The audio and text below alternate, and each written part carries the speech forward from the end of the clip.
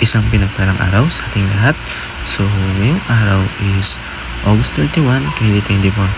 So, ngayon is ipagpapatuloy lang natin yung ating nasimulang series ng ating devotion. So, bago natin simulan yung series ng ating devotion is muli muna nating balikan yung nag-series natin last time para din sa mga bago lang na tagapanood at tagapakinig ng ating devotion. So, nag-series po namin last time is Loving God is Hating Sin. So, sabi nga dito, di ba?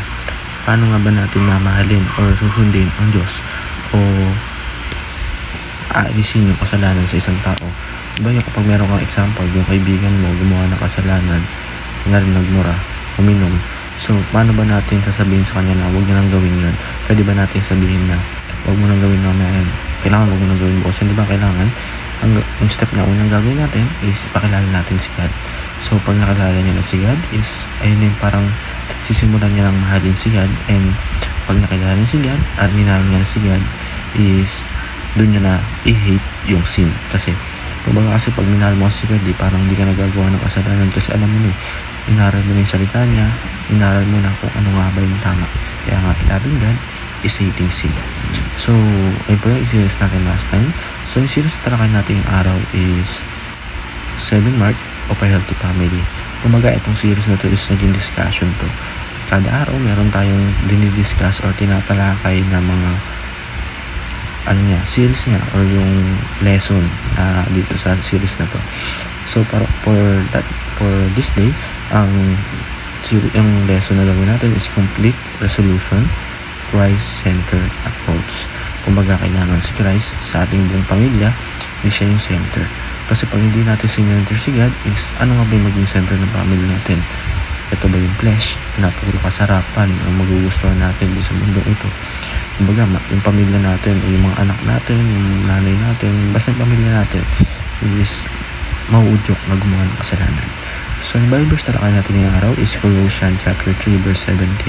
So, sabi dito, and whatever you do, whether in word or deed, do it all in the name of the Lord Jesus, giving thanks to God, the Father, through Him. So, sa Tagalog, at anuman ang inyong gawin o sabihin, gawin ninyong lahat sa pangalan ng Panginoong Jesus at sa pamamagitan niya, magpasalamat kayo sa Ama.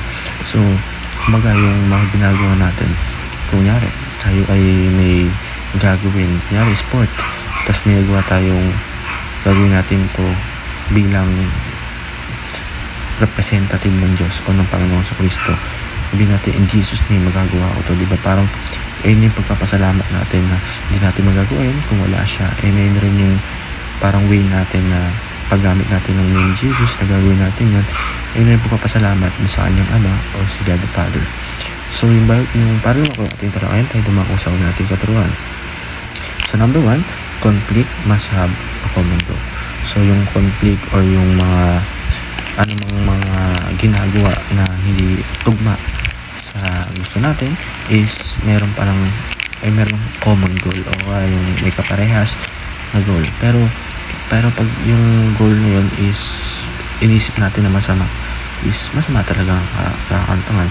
Pero pag meron tayong kasama ang Jesus o sinabi natin na in Jesus name o yung pangalan niya is mapoprotektahan tayo kasi nga para sa glory yun. Number 2, complete must settle in Christ. So, ang si Kristo o si Panginoong sa Kristo ay siya yung nag-settle. Kumbaga, siya yung nagpoprotekta sa atin. Kumbaga, meron tayong problema, meron tayong kinaharap na ano mang hindi natin gusto is pag meron tayong Kristo sa buhay, siya na yung mag-settle o siya na yung mag-aayos. Hindi na natin kailangan ano pang gawin natin. Number 3, conflict must end for God's glory. So, sa lahat ng bagay, kailangan natin glorify ang Lord. Dahil siya ang may gusto na lahat. Kumbaga, gagawin mo pa lang yan, alam niya na agad yung makahantungan. So, ayun po. So, ayun lang po para sa araw na ito. Naway may natutunan kayo sa pakinig at panood. God bless you.